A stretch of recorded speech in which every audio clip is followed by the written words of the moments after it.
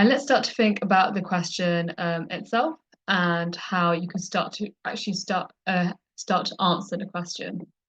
So, in the previous video I made about the first question for the John Locke essay competition on sustained economic growth before and after the later 19th, 18th century. We spoke about the importance of answering the question, and this is why this video is going to be important, because it's going to set up the ways in which you start to do your reading and start to think about ways in which this is relevant.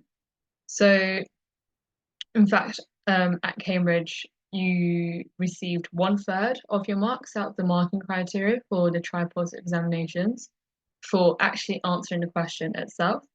And there comes a point where you answer the question and you say, has music ever significantly changed the course of history? If, for example, your friends or your parents were to ask you that, you could say, yes, it has significantly changed the course of history at this period in time in this place. However, with this kind of in-depth analytical response that the examiners want you to have with the John Locke competition, it's important to answer the question and in a way that's nuanced, in a way that engages with the core concepts and the core assumptions that the question makes. So, in contrast to the very simple answer that you might be giving to your parents or your friends, you might actually say, well, what is music in the first place? Or how can we assess what significant changes? And how do we assess what the course of history is as a concept itself? And I think this question format is interesting because it's asking you has, which compared to most historical essay questions, is not asking you, for example, why did music significantly change the course of history?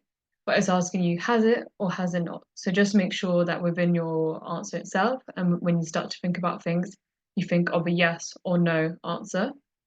And of course, is not asking you why has music emphasis, is not asking you why, but to really reach an analytical level with the essay, you do want to be thinking about the why answers as well. So, if it's significantly changed the course of history at this point in time, you have to think about why it managed to do that, because then that will allow you to explain what significant change was.